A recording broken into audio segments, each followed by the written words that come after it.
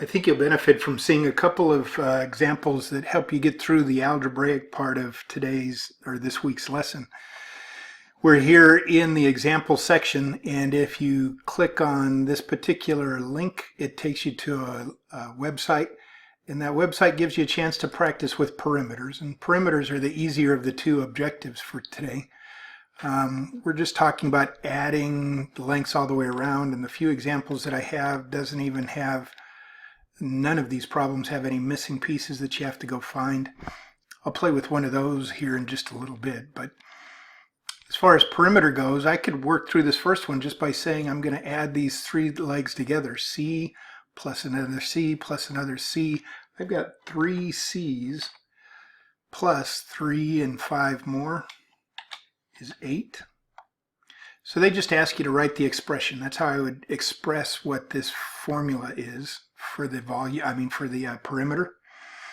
The second part of the question says, okay, what if that was equal to 17 now? So on a piece of scratch paper, you're going to put this 3C plus 8 is equal to 17, and then move things to the other side. 17 minus 8 is 9. 9 divided by 3 is C. So I think I just did one of your problems for you. You'll go through with each one of these, figure out the generic form, and then find it for a particular length. And at the end, it'll ask you to check yourself. You'll get a little happy smiley face when you do well. So that's the first part of this lesson. The second part deals with this perimeter and area issue.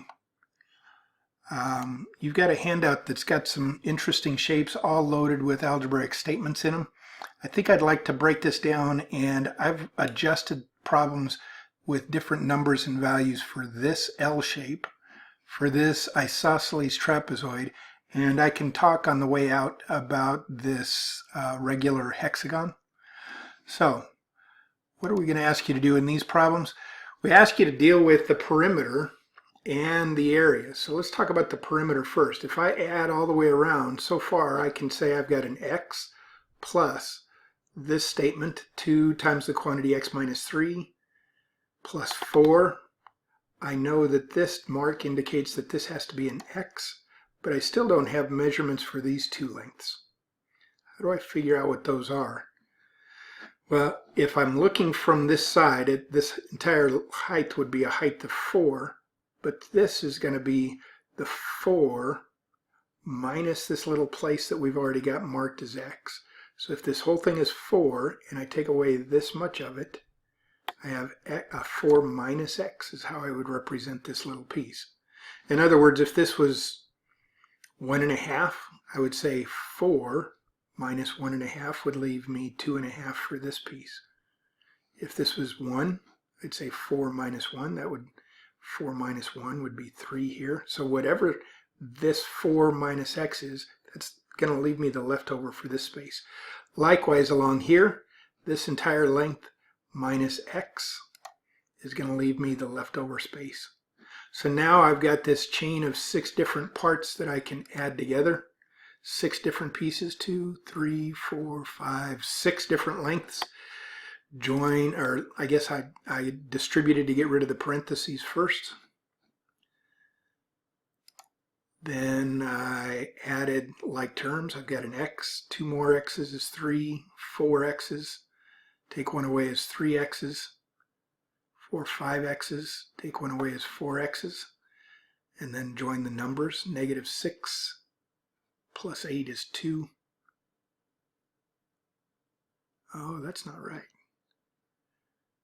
That should be negative 6, and negative 6 is negative 12. Plus 4, this should actually be,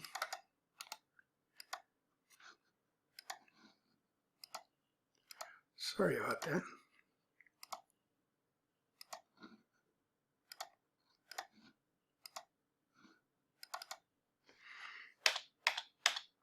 I think this should be minus 4.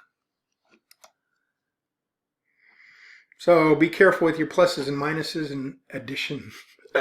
It'll come back and get you if you're not paying attention.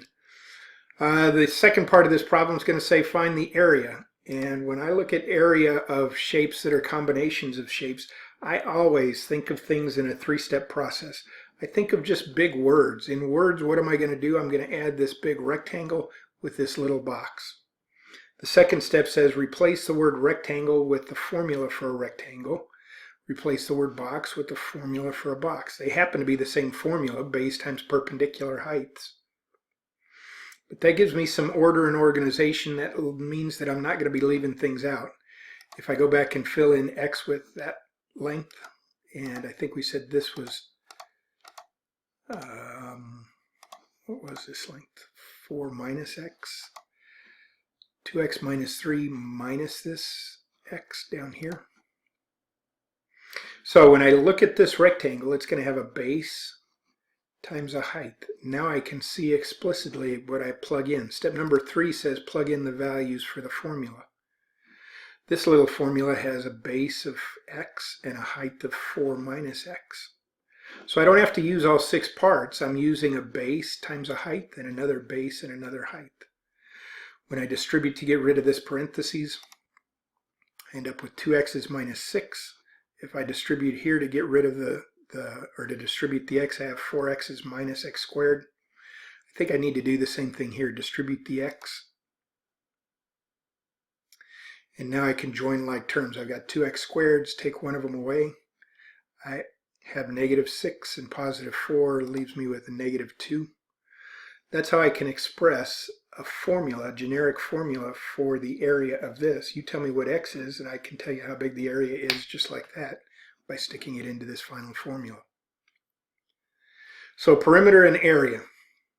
Same 2 questions are going to be asked of each one of these 6 problems.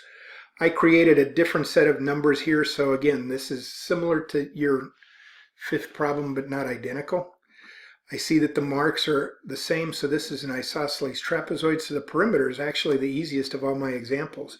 4 different pieces, 2 of them are the same, 4x and 4x. Join the common parts together, 4x and 4x is 8x's, plus another 8x's is 16x's. Negative 7 and negative 3 is minus 10. So I've got a formula now that expresses the perimeter. Tell me what x is and I can stick it right in here. I don't have to find all 4 lengths. To find the area is a little bit more challenging, but I think we can do it together. The formula for a trapezoid says it's the average of the bases that are parallel times the distance that's in between them that's perpendicular. So I start with the formula. Now I can replace the values. Base number 1 is right here. Base number 2 is down here. The height, the perpendicular distance between them is right here. So that's these 3 different values. I'm going to work on the numerator here by joining like terms. 3x's and 5x's is 10x's. Negative 7 and negative 3 is negative 10. Now I can still work on this. I can share this negative, or this 2 with both of the terms inside the binomial. Half of 8 and half of 5. Sorry, half of 10. So I end up with 4x minus 5 times the height. And when I distribute using FOIL or whatever other method you feel comfortable with, I end up with this trinomial. A quadratic equation is going to be a way to express the area inside here. You tell me what x is. If x is 3, I can tell you the area by sticking 3 in here for both of these x's. So we're going to ask you to practice with 6 of those problems and then apply those to greater problems in problem number set number 2. You don't have to redo them, you just have to use the answers that you created.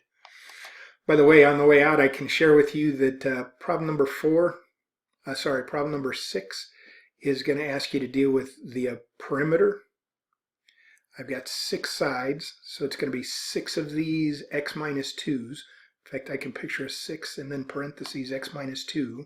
That's the perimeter, times the apothem. Well, this whole distance is 4x. The apothem is going to be half of that. So I'm going to have a parentheses here that says 2x tall, or the apothem, the perpendicular height. All of that's going to be divided by 2. The answers to all of these are at the end of the activity. So work them out, see how well you do. Remember, I'm available here online if you get into Zoom today at noon or Wednesday at noon, I can answer your questions. We could go back and fill in some missing blanks from last week. I can look at old grades with you. But if I don't see you, that means you must be feeling like you're doing pretty well. I hope you stay comfy and happy and healthy, and we'll see you soon.